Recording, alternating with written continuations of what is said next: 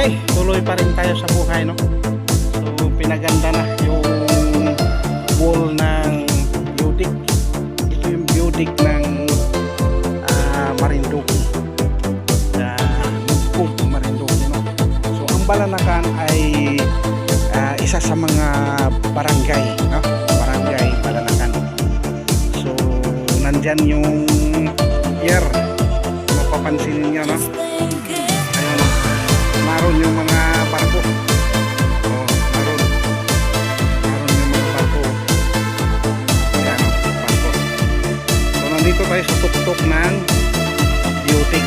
So pinaganda yung isa talaga sa mga Muriones. Ito yung original ng Marinduque, itong tinatawag na Muriones Festival. So yan, mga nakaano na yan. So tingnan natin dito sa baba. So maglakad-lakad muna tayo. Ika nga, no? Tinabi ko lang yung ating tricycle. May paalis na nga ning barko. Ayun, yun. Ayan. May paalis, may parating. Ganun lang talaga. Ari, paalis din aring mga ari. So ito yung na ano ko na nga sa inyo, mga kabiheros-biheras, ano? Lalo na yung mga hindi pa alam kung anong meron dito sa lugar ng Marinduque.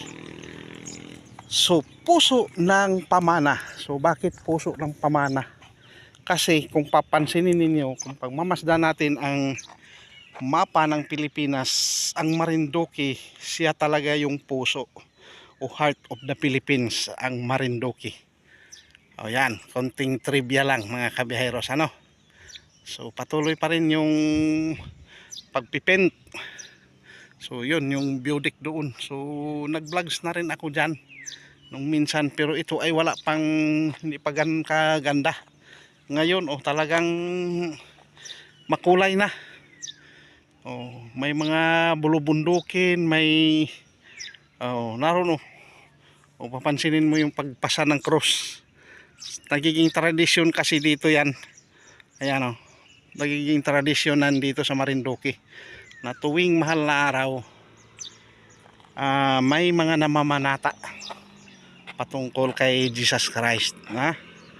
So ayaw ko rin mag-judge mental kung ano man yung kanilang mga tradisyon na yan. Yan, pababa na yan. Okay.